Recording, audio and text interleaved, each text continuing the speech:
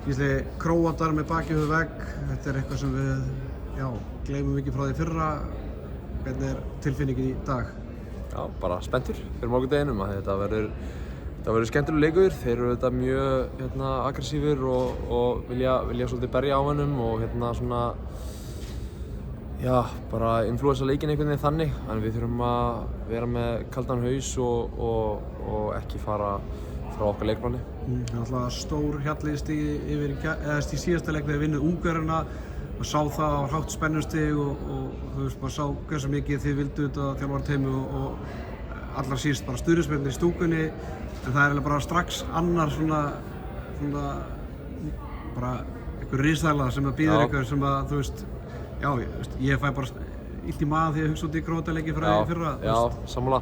Nei, auðvitað bara var fasinn okkar í Kristianstad á bara einn fasi og auðvitað held að sálfræðilega sterkt fyrir okkur samt að vinna Ungverja sem hafa auðvitað verið svona í kringum árin okkar svona, Akkillesarhæll eða alltaf verið svona mjög erfiðir okkur en við þurfum svona að vera fljótir að skipta í fókus á Króata því þetta verður helvíti erfiður leikur á morgun og af því að þeir eru bara góðir. Það verður bara sést.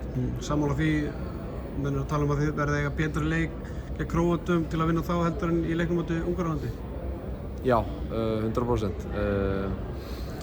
Síðan bara við verðum að sjá hvernig leikurinn þróast og vera fljótir að sjá hvað þeir gefa okkur og bara vera fljótir að lesa leikinn og síðan verðum við líka bara að vera með þessa basic hluti á hreinu, ekki tapa á mörgum svona heimsku boltum, leyfa þeim í innfullt mörk og síðan verðum við auðvitað líka bara hjálpa Viktori eins og við gerðum í síðasta leik að sjá til þess að reyna að gefa honum eins góða möguleika því að það er góðan leik því það er auðvitað mjög mikilvægt en bara 100%.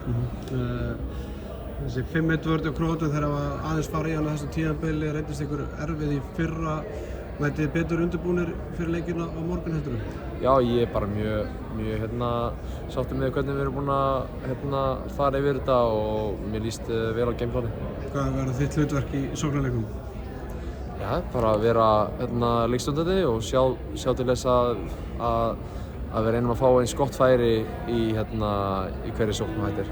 Ertu að gera ráð fyrir að Króatarnir fari í 5-1 vörn og byrji í 5-1 þar að segja eða heldur að Dagur haldi í það sem hann hefur verið að gera undanfarið eða bara erfitt að pæla í því? Við verðum bara að vera klárir í báða varnir sko.